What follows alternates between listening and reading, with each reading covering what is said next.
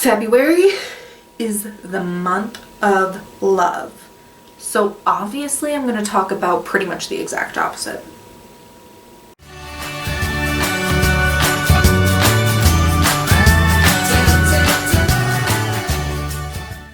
Hello sunshine, it's Rachel, back again. So this week I'm going to be telling the story of my exorcism. Ding. So fun, right? I mean, I guess I'm really a YouTuber now, since I finally am making a my paranormal experience video. I guess it kind of all started my freshman year of college. At some point I started realizing that at night when I was trying to fall asleep, I would feel what felt like a hand running down my back. And it was pretty, it felt very real. But also at the time, I know in my last video I said I believed in ghosts, and I do, but at the time I didn't. I didn't believe in anything. I didn't believe in anything. No, that's not what I mean. I didn't believe in like ghosts or any of it, like anything supernatural. So I just kind of was like, I'm making it up. Like, I just kind of like brushed it off as something that wasn't really happening to me. Or like, oh, it's a sleep thing. But that specific feeling, that like hand running down my back when I was trying to sleep, lasted for a long time. And it wasn't just in one of my dorm rooms. Like, I felt it when I went home, when I went on vacation, when I went on like short trips. Like, I felt it like all the time. I got to the point where even though a lot of times it's easier for me to fall asleep on my side, I slept on my back, because then nothing could touch your back if you're on your back, you know what I mean? And as time went on, I got more suspicious or stressed about it, I guess. I went through, my hair has been like different lengths my entire life. It's kind of how it goes, you know, your hair grows and then you cut it and then it grows. But it was really long at various points in college, and I would wear it in like one long braid or two long braids to bed. And so there was a period of time where I convinced myself it was just my like braid falling down my back. But so it went on for over 2.5 years, pretty consistently. I didn't feel the hand run down my back every single night, but it was multiple times a week.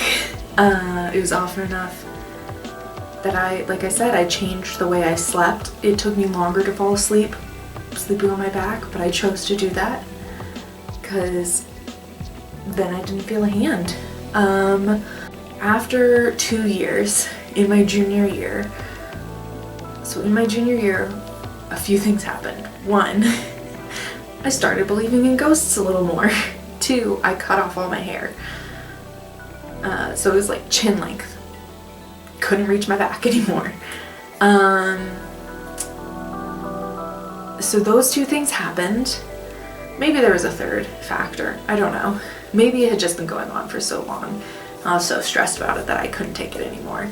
But I decided at some point in the 2.5 years up to my junior year of college, like halfway through, I had come to the conclusion that I thought I was haunted. I thought it was a ghost of some sort. And I didn't know what to do about it. At that point, I don't know, I didn't know what to do about it, but I felt like I needed to do something. I couldn't keep living like this. I also, like, my junior year, there were a lot of things that made my junior year of college very stressful. I had a lot of health things happening and a lot of mental health things happening. And weirdly, junior year was in some ways more academically stressful than my senior year, which is, like, I mean, it's hard to compare the two, but I think the junior year in some ways was more academically stressful. And so a lot of these things just kind of combined, and I just was like, I can't do this anymore. And like I said, I thought I was haunted. I was like, I'm Catholic. I'm gonna go talk to my priest. So I went to go talk to the priest who, like, he was not like my school's or like my Catholic campus ministry's priest, but he worked at the church down the road and like came and like helped out for our Catholic campus ministry. And I was pretty close with him. I went to him and I said, hypothetically, what would you say if someone was haunted? And so keeping it in hypotheticals, I like told him approximately what was happening. I also at some point in the 2.5 years started feeling like someone would, like, I'd be alone in my room and I would feel like someone was like standing right behind me, like watching me. Or I'd be walking, like just, yeah, walking anywhere and I'd feel like someone was behind me, like walking behind me. And I am like, I don't know, I don't know what word to use. I guess not paranoid, but paranoid. Like I'm a little bit of a paranoid person. So like that's still like it's something that happens. Like it wasn't like super abnormal, except at some point, like close to when I went to go talk to my priest, it started happening a lot, and there would be literally just like no one there, but I would like feel a presence and it like weirded me out. Like I hated it. I think that, yeah, so like I told him all about those two things, and he said something like, oh, I'll take this out of the hypothetical. Is this like happening to you? I was like, yeah. And then, so the first part of the conversation is like, I know what happened, but I don't remember it exactly. But I remember word for word what he said to me. He goes, and I quote, "You're not being haunted, you're being oppressed." I just was like, oh.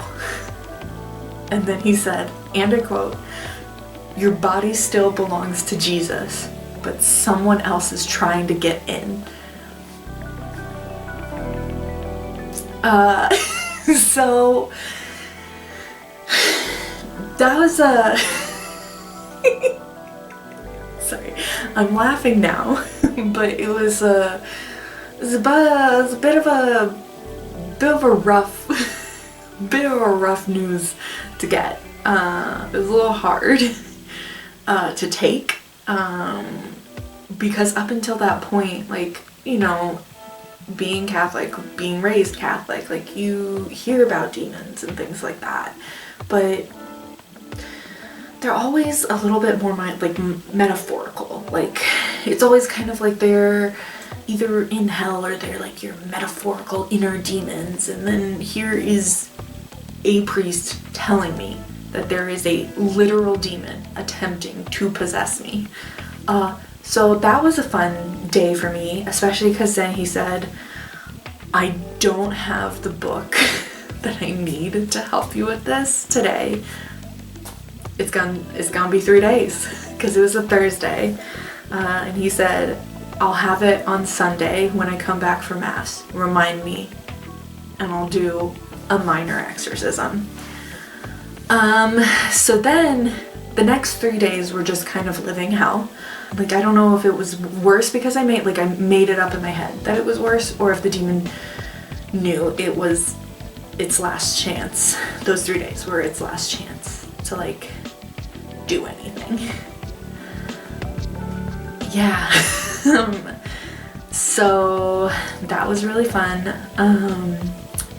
And I know some of people are probably gonna be like, minor exorcism. So there is a difference, like the exorcism that you probably are thinking of, like from the movie, like the movies and TV shows, like that's not what I did. Only very specific Catholic priests can perform those kinds of exorcisms.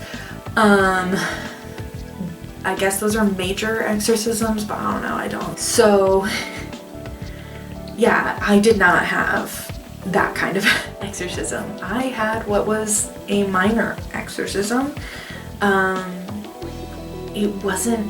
Honestly, it wasn't that exciting. Like, I feel like it's kind of like a letdown. Not really.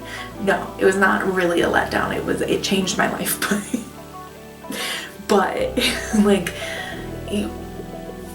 you think of an exorcism, it's supposed to be so dramatic, and mine just, it was what it needed to be, but it was a prayer that a priest I trusted said over me in a parking lot.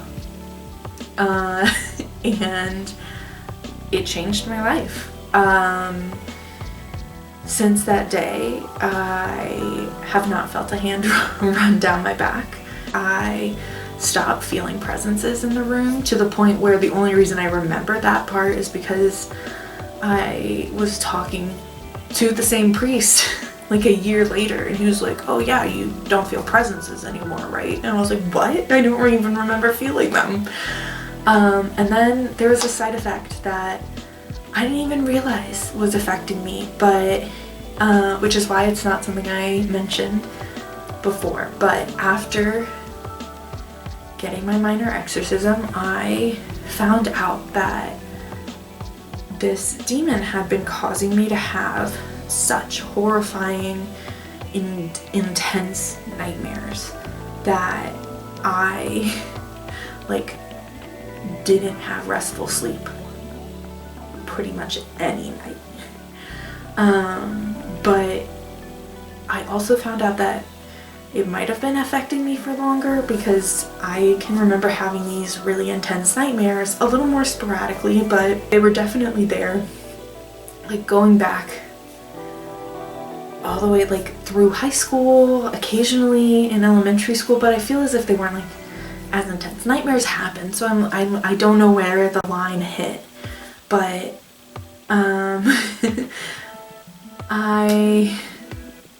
I definitely had some like real intense nightmares for a good portion of my life, like to the point where like I knew I was getting more sleep than like a good portion of my friends in college, and I still would be more exhausted than them.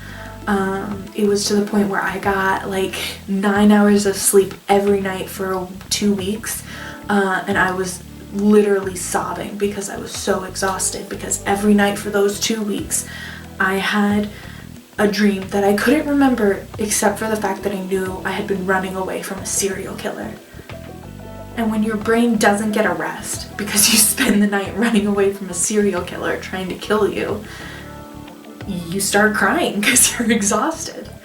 So yeah, it really, like, I'm happy I don't feel the hand, I'm happy I don't feel presences, but the fact that my nightmares now, when I have them, are anxiety induced, they're based on like worries about real life, it literally changed my life, and I could not be more grateful.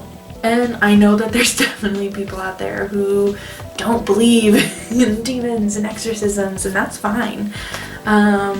I definitely know some of them are some of my best friends, but I'm not trying to change your mind on what you believe. All I know is my life was changed for the better. I'm letting you know what my life experience was. Yeah, but I will say, like, having the exorcism, like, before that, I kind of was like, oh yeah, maybe ghosts exist. Now I'm like, yeah, they do. 100%. There's no way they don't. What? Like I said though, I'm not sitting here trying to change your mind about what you believe. It's just a story about what's happened in my life that I hope you found interesting, I guess. Entertaining? I don't know. I hope you enjoyed my story. It feels weird to use like positive, like it was an exorcism. It was an exorcism. Like, I hope you liked this video. Thank you so much for watching. If you liked it, go ahead and give it a thumbs up. Please subscribe if you want to see more videos like this, or go ahead and ring the notification bell. Yeah, if you would like me to tell you more about my dreams, comment below. My social media links will be in the description below. I hope you guys have a wonderful day. Peace, love, and buttercups.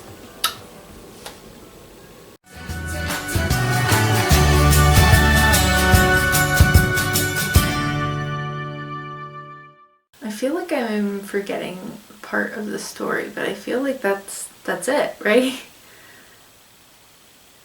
I had the exorcism done.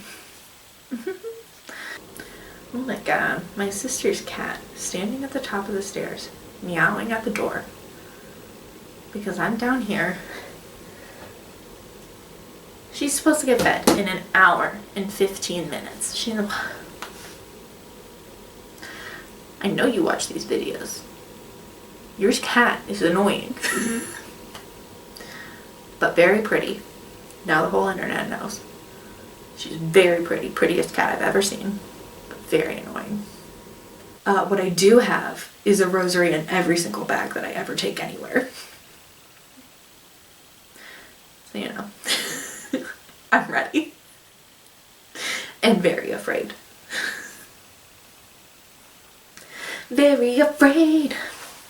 Hopefully you do not have a demon oppressing you.